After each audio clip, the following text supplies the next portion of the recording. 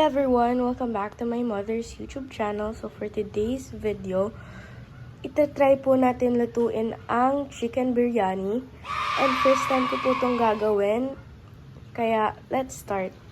Nanood lang din po ako ng tutorial kung paano ito lutuin. And I'm willing to share it with you guys para makita niyo yung point of view ng mga first time magluluto nito. Here's our ingredients. We have tomato, ginger, garlic, onion, lemon, curry powder yung color yellow, paprika po tong color brown, and then itong brown-yellow na color which is parang kinda orange. Ano siya guys? Turmeric powder. Then cinnamon sticks. Ito yung cinnamon sticks. Yogurt.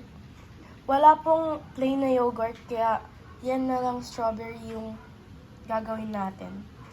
Then, butter, chicken, and yung pinakang bigas. Guys, ano pala yan basmati rice natin. Dinagdagan ko lang yan ng normal na bigas na kinakain ng mga Pilipino kasi guys, masyado siyang mahal. Kaya ayan, kalahating kilo siya ng basmati rice, tapos mga almost 2 cups ng bigas. Yan. Guys, kung nagtataka nga po pala kayo kung bakit nakababad na yung bigas natin is because nakalagay dun sa instruction is kailangan hugasan yung basmati rice hanggang sa mag-clear yung tubig and then ibababad siya ng 30 to 40 minutes. Guys, bago natin lagyan ng pampalasa yung manok, nagpakulo na po ako ng tubig dahil isa lang yung kalan natin. So, ang gagawin ko, papakuluan ko muna ng 10 minutes yung bigas. And then, tsaka ko ipiprito yung manok. Then, tsaka na natin siya ipag-mix. Sa pinapakuluan naman pong tubig, kailangan pong kulong-kulo na muna siya bago natin ilagay yung rice. Ang ilalagay po natin sa boiling water natin is onting butter, yung cinnamon sticks, and then salt. Intayin po muna natin siyang kumulo, tsaka ako siya lalagyan ng mga pampalasa. Yan na guys, lalagyan na natin ng pampalasa yung chicken.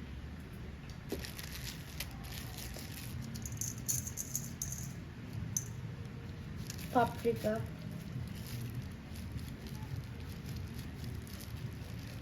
Okay lang po kahit medyo damihan natin.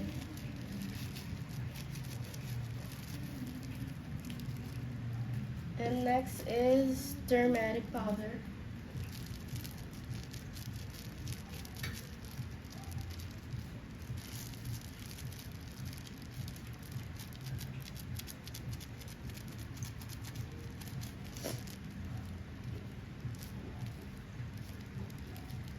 Then next is yung curry powder.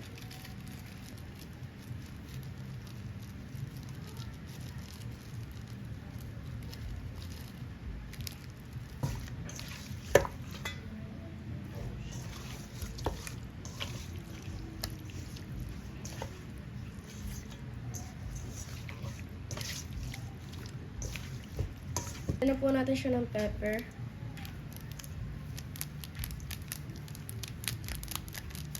Strawberry flavor na ano no.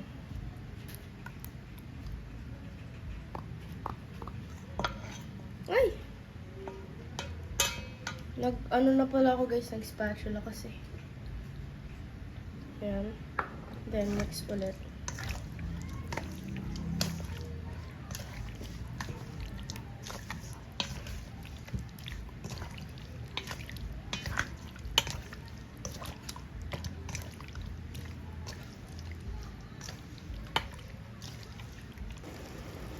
Yan guys, ang ilalagay na po natin is cinnamon stick and then onting butter. Yun po ang sinabi sa video.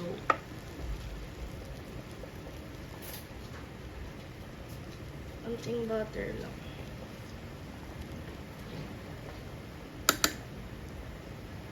Yan. Then tsaka natin ilalagay itong bigas na drain natin. Papakuluan natin siya for 10 minutes, guys. half cook lang guys, hindi po siya lulutuin ng todo kasi bago natin siya maluto ng todo kasi isasama pa natin siya dun sa mismong chicken. Guys, yan po yung kanin natin after natin siyang hanguin for about 10 minutes. And hindi ko po siya gaano na-drain kasi naano siya yung tubig niya medyo nawala. So, I guess hanggang dun na lang talaga. And first time ko lang din naman to, so it's okay. Yan guys, nagpapainit po tayo ng kawali. Nilalagyan natin siya ng mantika.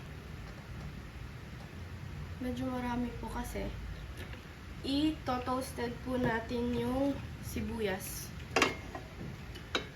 Daw po niyang toasted. So, things daw siya guys. Pero maglagay tayo ng half dyan.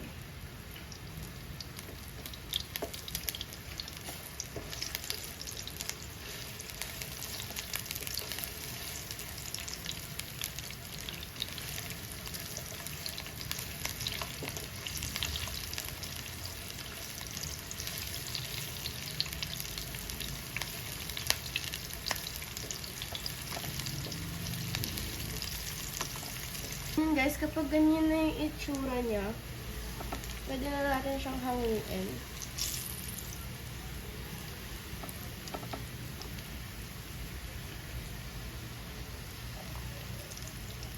Magsasutay lang po ulit tayo ng sibuyas.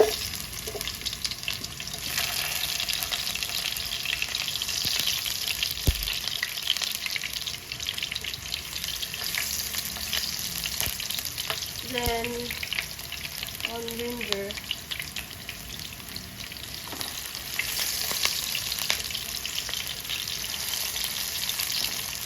After natin ilagay yan, actually, ano na tayo guys, bawang.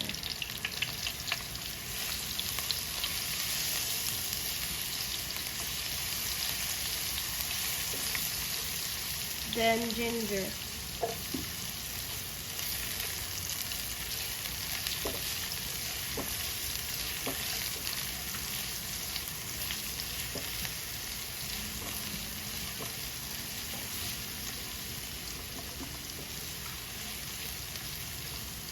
After yan is yung tomato na.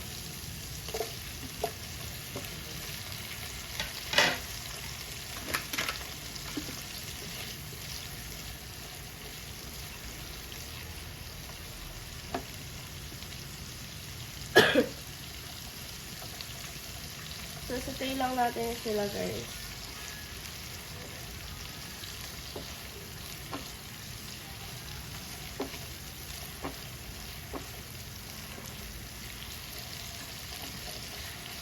Hanggang sa medyo maluto yung tomato natin.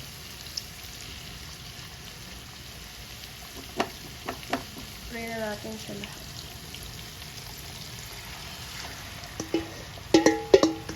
As in lahat.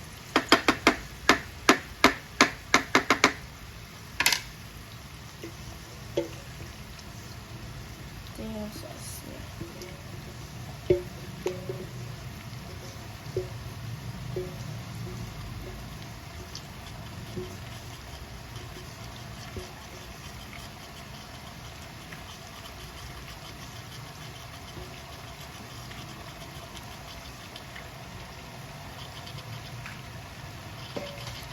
I-mix lang natin sila.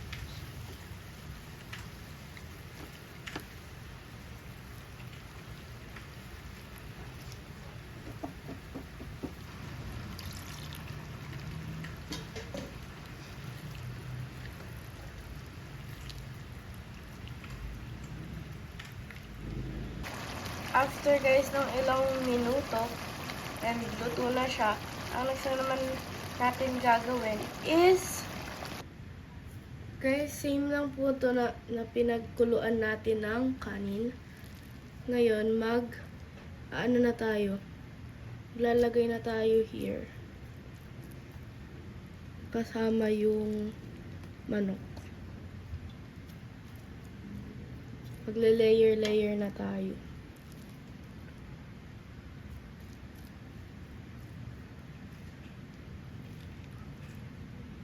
So guys, itong kanin parang naluto na siya kasi hindi ko nga siya na-drain ng maayos. Pero, okay lang yan.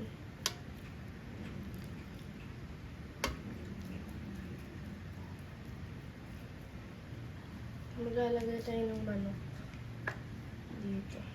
Guys, ang chicken.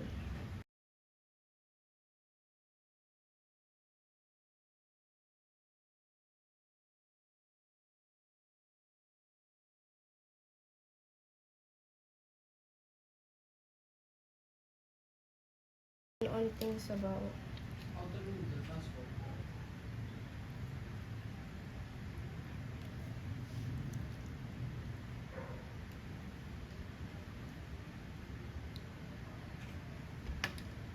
Then kanin ulit.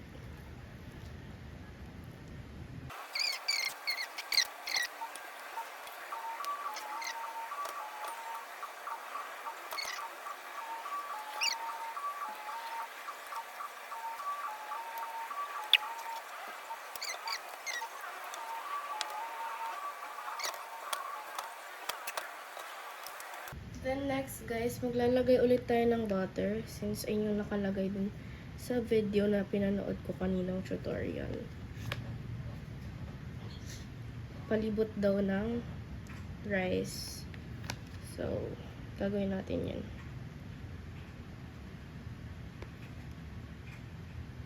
Lang. Masyado marami. And then here. Yan. Ang next natin gagawin is tatakpan natin siya ng foil. Then, tatakpan natin siya ng takip niya. Tapos, ito yan guys. Papainitin ulit natin siya sa low heat. Like, low heat talaga guys. For 15 to 20 minutes. So guys, gagawa din pala tayo ng sauce dun sa natitirang yogurt. Ang ilalagay lang natin dyan is tomato and then onion. So guys, ito na yung itsura niya. Yan. Lagyan ko din pala yan ng lemon kahit maasim na siya and then onting salt. Yun lang. Yan guys, luto na siya. Ayan na siya.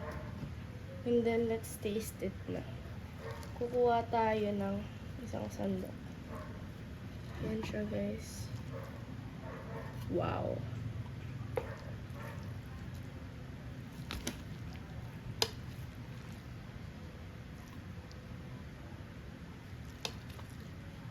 Yan siya.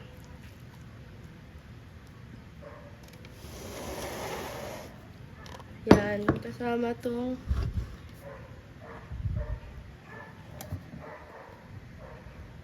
sama to guys, tong pinakang sauce na itong pinakasabaw nung curry natin.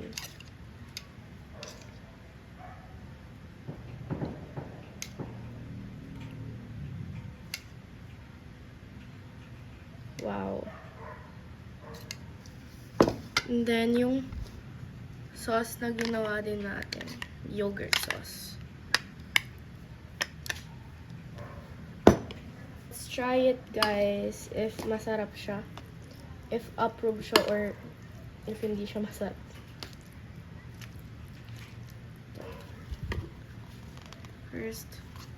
First bite. Mainit siya guys.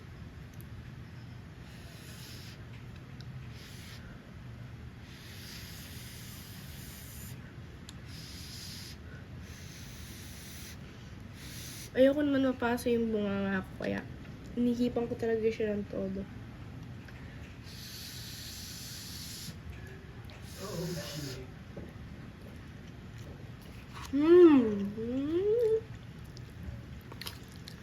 So good! Guys, ito ang sarap niya, like as in. No joke. Tikman natin siya with sauce. Something sauce siya. Natin. Masarap pa rin.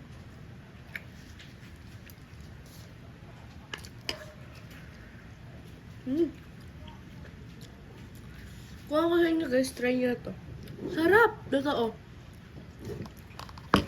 So yun lang guys, please like, share, and subscribe. Bye!